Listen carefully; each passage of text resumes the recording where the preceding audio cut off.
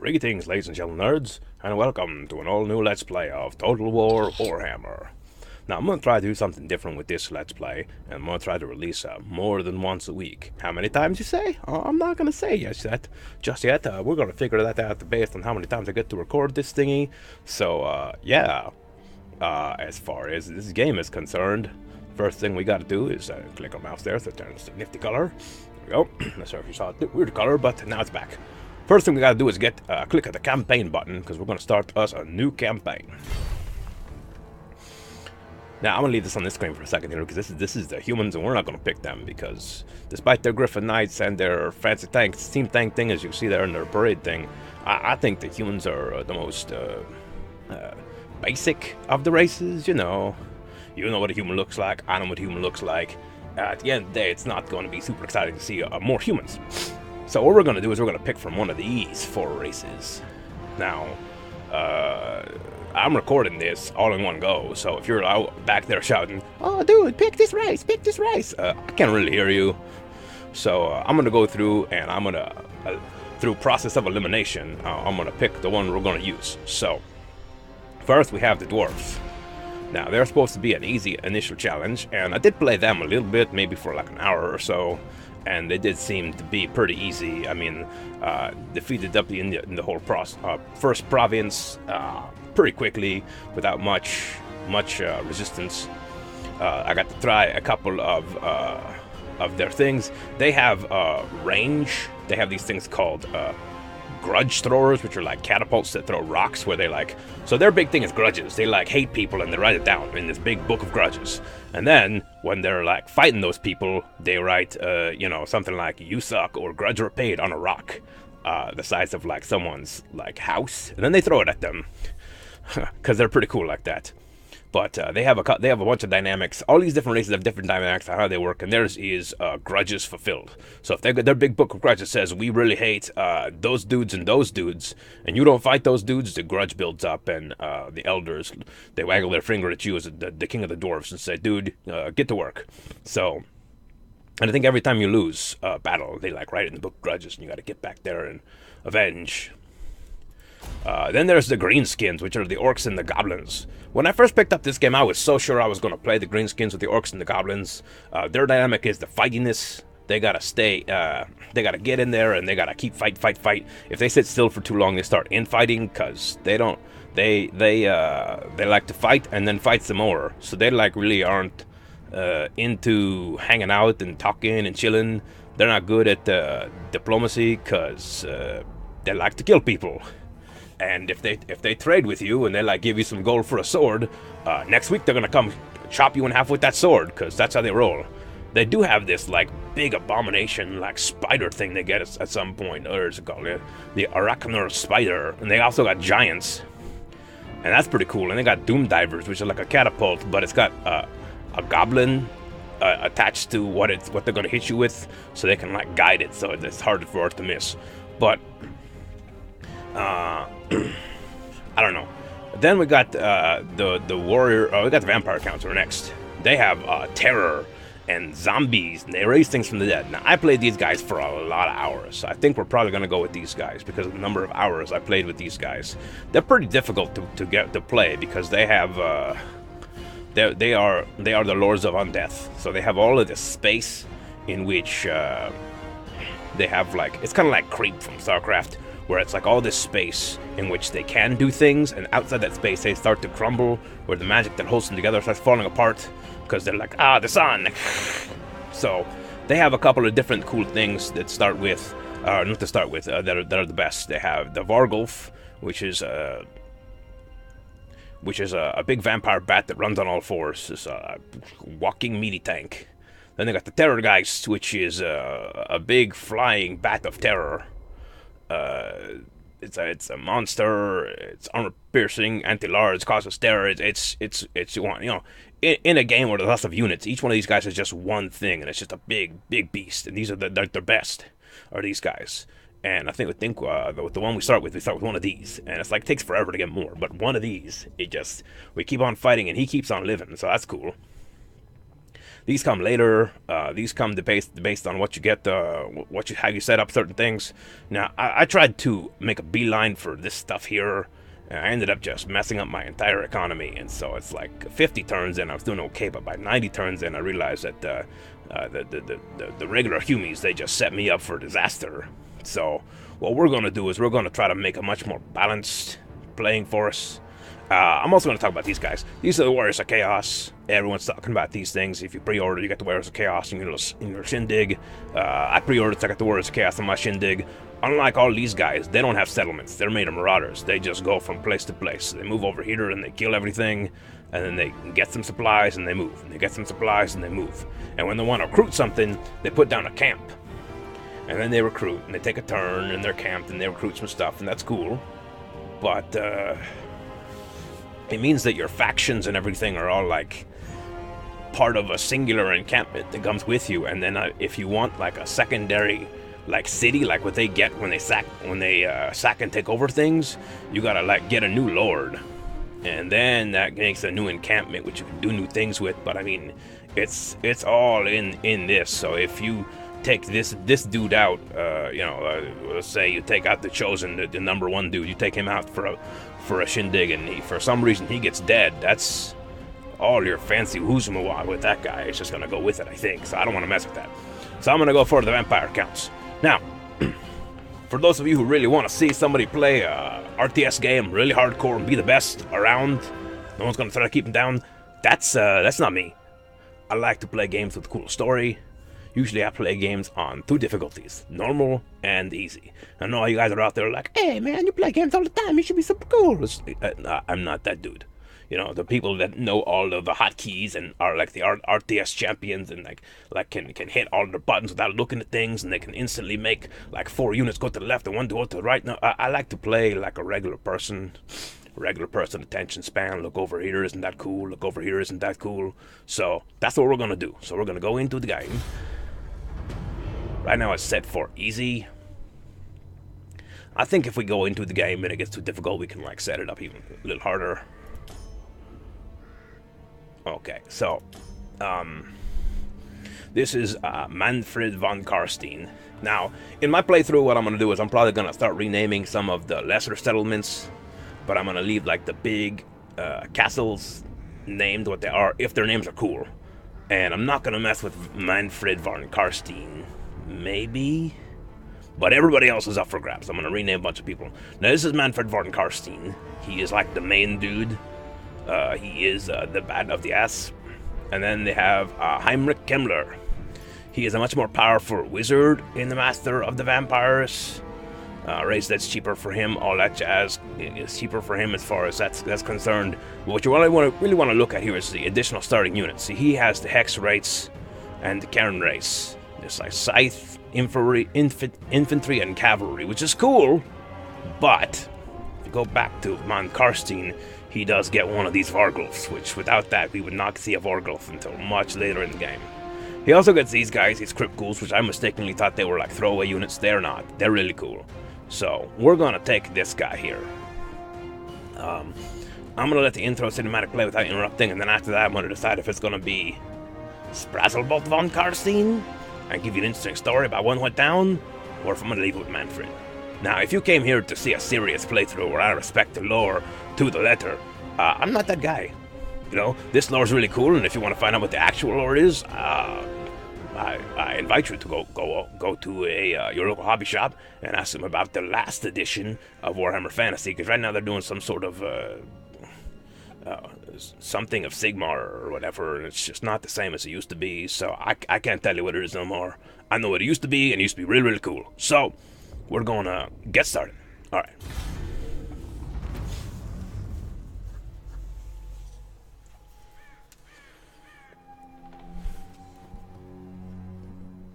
War is eternal.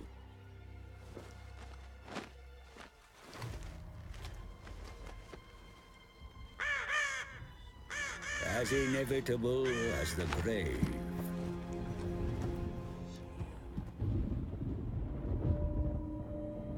The old world, the rotting corpse within. Some fools think it worth saving.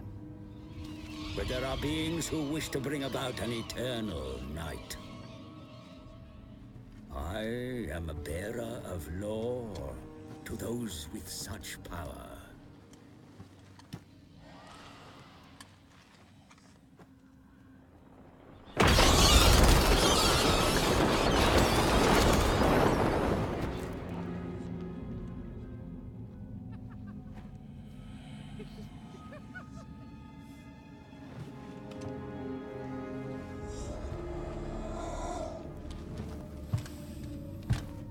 The mighty vampire counts of the von Carstein bloodline.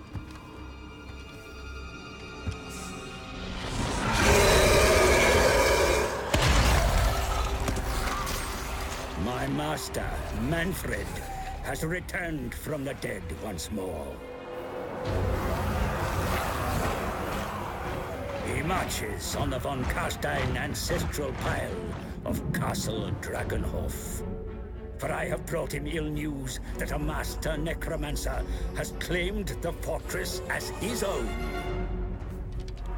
Manfred must retake his ancient stronghold, and either destroy the usurper within, or bind him to his will.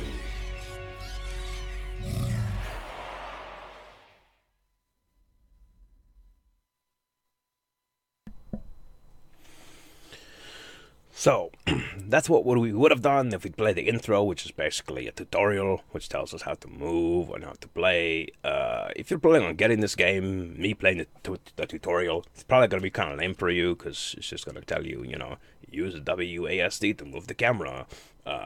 This is how you click a unit. This is how you face a unit. This is how you move forward. I mean, in the end, it's not really something you need to learn how to do unless you want to play the game, and if you do, just get the game, which came out... depending on when I release this video, yesterday or earlier this week. My thought is, if all we're going to do is get through how things are done, then I'm probably going to name this one Episode 0. Don't worry about the loading screen. I know it takes quite a while, but I just wanted to get some explanation out for you while it's loaded. And then after this loading screen, what we're going to do is we're going to pause the recording when it starts and unpause it when it finishes. So all you see is, okay, this thing ended, and then fade out, fade in, oh look, we're back. So that's probably helpful. Castle Drakenhof is back in your hands, my unliving sire. Yet you have many enemies, both living and dead, who balk at the threat of a von Carstein reigning from his ancestral stronghold. Much needs to be done. The Tempelhof brood control the lands to the north, as far as the River Ster. Conflict with them is inevitable, but your will is indomitable.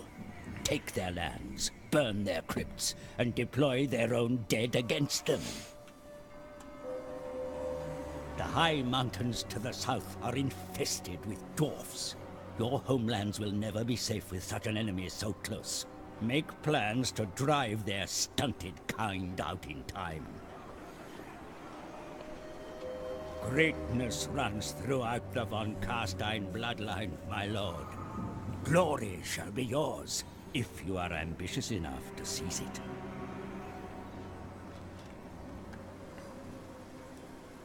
So all that fanciness he said right there was basically, other vampires are douche canoes, and they're gonna make your life difficult. So if you want to do anything about that, you gotta get down there and get to the fighting.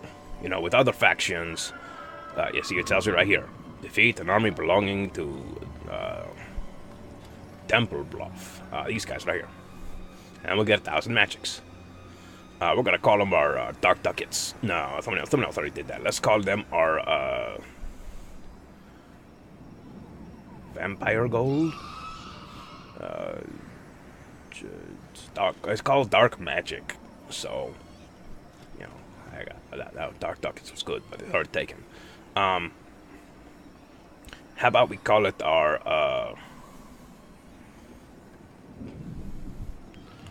I don't know, Black Magic Gold? BMG? Whatever. We'll call it Dark Magic for now, I guess. But anyway, this is our monies. This is how much we have in the treasury, how much we make every turn. It's a lot right now, but once you start doing stuff, let's close this one out. Once you figure out this, click on this dude right here. Right is mine. Each one of these guys here is like 56 black magic monies a turn. 56 here, 38 here, not a big deal. Then you get to the Vargolf, he's like 263 every turn. So when we get big pimping with more than one Vargolf or Terrorgeist or whatever, it's going to take that way down. So what we need to do is firmly establish our foothold here within the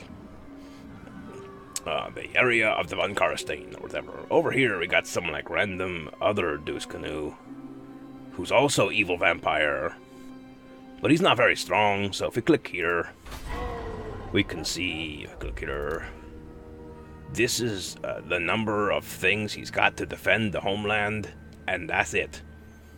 You know, Castle Tempelhof is this guy's, which is the Tempelhof people, and Fort Oberstar, which is over here, is hidden, I guess. That's also part of West Sylvania. We are in East Sylvania here. That's where Castle Drakenhof is. Oh, excuse me. It's gonna mess up my throat saying all these Drakenhofs and Eschenhofs and Waldorf. We're not gonna keep these names. Nope, no sorry. Eastern Sylvania, cool. Castle Drakenhof, we'll get through it eventually. Castle Tempelhof, cool, no problem. Eschen and Waldorf and I don't even know how to say that. What is that? Switzerland? I'm not German. I don't speak German. I got nothing against German people. You know, people are cool. But pronunciation of someone's home tongue, if you're not from that place, it's always bound to butcher something. Okay. Let me step back a second. This is the technology tree. You gotta always be upgrading more technology. It doesn't cost you money, it just costs you time. So what I did before was I went through the Book of Blood, which made the spreading of your dark power easier. Now, if you spread your dark power out fast enough, it helps you get up in the ranks faster, but you gotta make sure you have the money to back it up. So we're gonna start again with the Book of Blood. Because I don't care how strong the skeletons are, really, because eventually we're going to leave skeletons behind for other things. So use them like meat shields minus the meat, and we're going to call that the day. Now, our first quest is to kill this dude. Okay, a thing to be told is, if you look at an army, it's got a bunch of peoples, a bunch of units in it. The leader of that army is a lord. It's just what it is. Unless you're attacking a city, in which case it's just like some random guy. The leader is always a lord. Now, vampires, they don't fear nothing, so they're not going to care what we do. But the lord, if you don't destroy him, he'll hobble back to his base of operations, grab a bunch of these cheap dudes, and he'll be this exact same army again in like a turn or two. So what we're going to aim to do is hit him as hard as possible and just kill haul him good, right from the beginning. So, I grow impatient. We'll take Manfred von Karstein, and we'll let that say, kill that guy now. According to this deployment balance of power thing, we win handily. But there's 3 things we can do. We can run, which we're not gonna. We could auto-resolve the battle, which eventually, if the sliver is only barely red here, so it's like we lose like 10 people if we do it, we'll auto-resolve. Because anyway, it'll take more time to set up the battle than to play the battle. And then we can fight the battle, which is what we're going to do. So we click this here. It's going to load. Hold on. All loaded up. Now, unfortunately, what I forgot is that when you push that button in the game, what it does is it brings up a sub-menu. It's, what is it here? It's the game guide. So, I don't know if I can change those. So there's 2 things to notice when you get into here. One is gamble, which you can gamble with your Winds of Magic to get more or less. We're not going to do that. 19 is a decent number. So we're going to start the deployment. What I usually like to do is I usually like to take strongest ground units, which are kind of these guys right here. And actually, this guy's anti-infantry. But they're cudgel. So we're going to take them, we're going to make them a group. Then we're going to put our Lord Manfred with them. And we're going to make them... going to put them... here. Like this. Then we're going to take these guys, which are our disposable dudes. The zombies, we're going to put them in a line right here.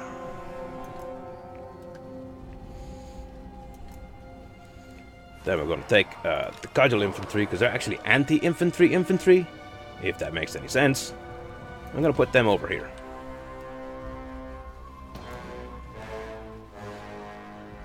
And we're going to number them to make it easier to keep track of them. Number the bats. Number the Vargulf. Take the Vargulf. 5. Put them right here. Nothing else matters. Let's begin.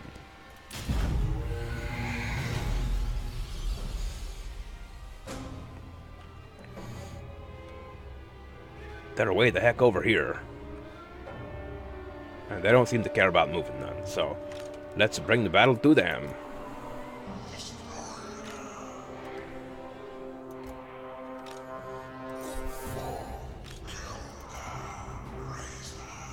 Now there's two movement speeds if you look at this thing here. There's movement speed they're moving now, which is just like standard moving. And there's this toggle speed, which makes you move even faster. You could make them move faster, but making them slog run all the way from way the heck be gone over here is going to make them all tired as heck. So we're not going to do that.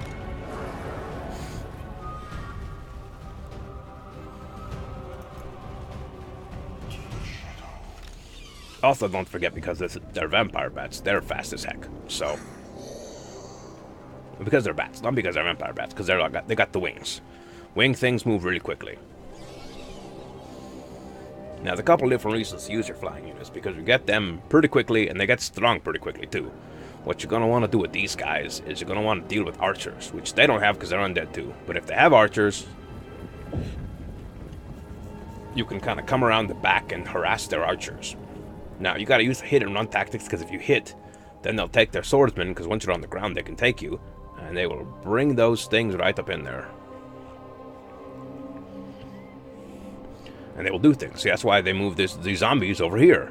They figured my bats were going to come in and give them a hard time, which, if you mouse over it, says low threat, low threat, low threat, high threat, because that's the Lord, low threat. See, they're all low threat to the bats, because they can just run in, do their thing, get out. We are waiting for...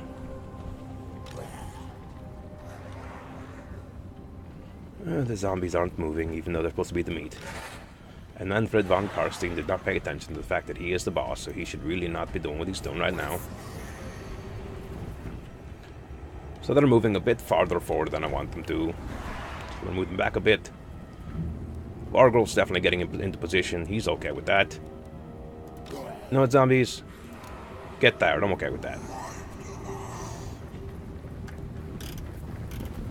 And if we get really far in here, we can see that now they are flail running, because they've got swords, but they don't all have both arms. I don't think they have both arms. Maybe they lose them later during combat or what have you. So they're flail running, animated, moving fast. Put them right here. There we go. They'll make a formation when they get close enough over there.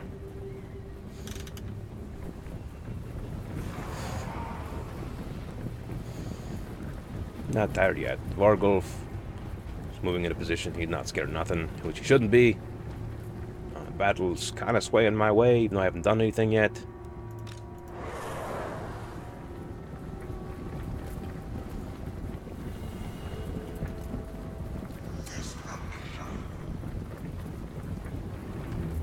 I don't know if they can hide in the trees, but they're going to give it a shot. They're good anti-infantry infantry. So if I can get them nice and hidden in the trees and then make these guys provoke, move up when they see this army of meat. I got the meat on there. It's just green meat. Yeah, meat, move up. Then, cool beans.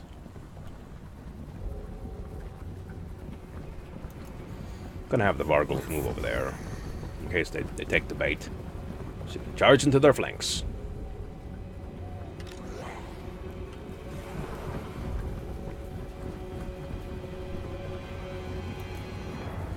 Not you guys. Number one, I guess. Alright.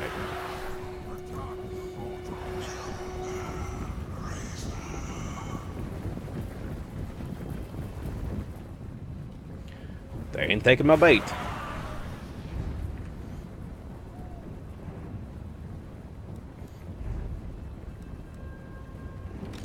Three, move faster. Vampire bats. Bring it over here. Oh, they're taking the bait now. They're trying to charge my flank. Not gonna happen. Bats. Get in there.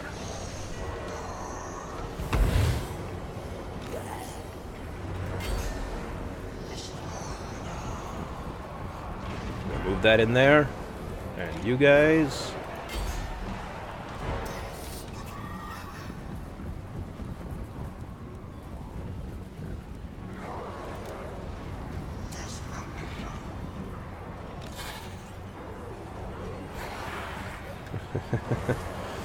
Zombies all over there. What's going on over here? Oh, they killed it. Good job. Get over there. Quickly now.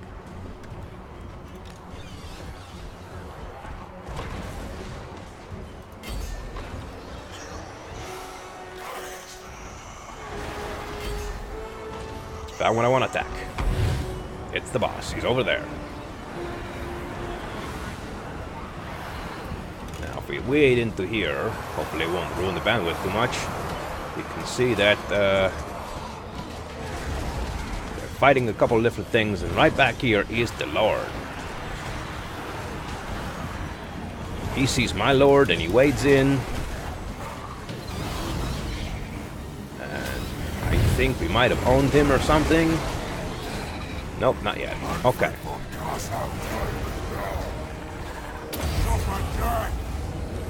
Let's show him what happens when he messes with the best. Thinks he can take it. Okay.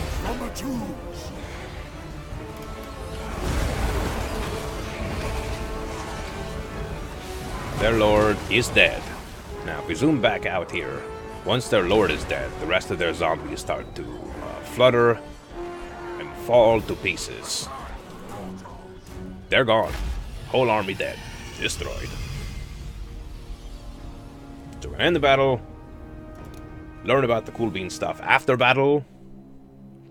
So I'm gonna go through this right here. What I deployed, what I lost, what I got left. 78, mainly from the zombie forces, really. A couple of guys from the cudgel. This doesn't count because he's only one dude. And so he's just a little damaged. He'll be alright. Nothing from the vampire bats. He's a little damaged too. See, these guys super replaceable. It says so on the little palette sheet thing. He lost everything. Like everything. So what we'll do is we'll take like the body pieces and like, you know, be like, hey, there's like an arm over here. Like, you need an arm? Yeah. You need like a couple of legs? Cool. And somehow that will help me replace the losses. With the orcs, they eat the pieces. I don't know why the zombies don't eat the pieces too, but I think because zombies are held together more with magic than with like eating other people. Which I guess is cool. Doesn't make the Empire any less afraid of you, but hey, you know what? It gets the job done, I guess, right? Man, this loading sure does take a long time, huh? So anyway, what we're going to do is we're going to wrap the episode up. As soon as this loading thing finishes, I'm going to show you what happens afterwards. You know, they fall over, decisive victory, all that jazz, what we can do with the decisive victory.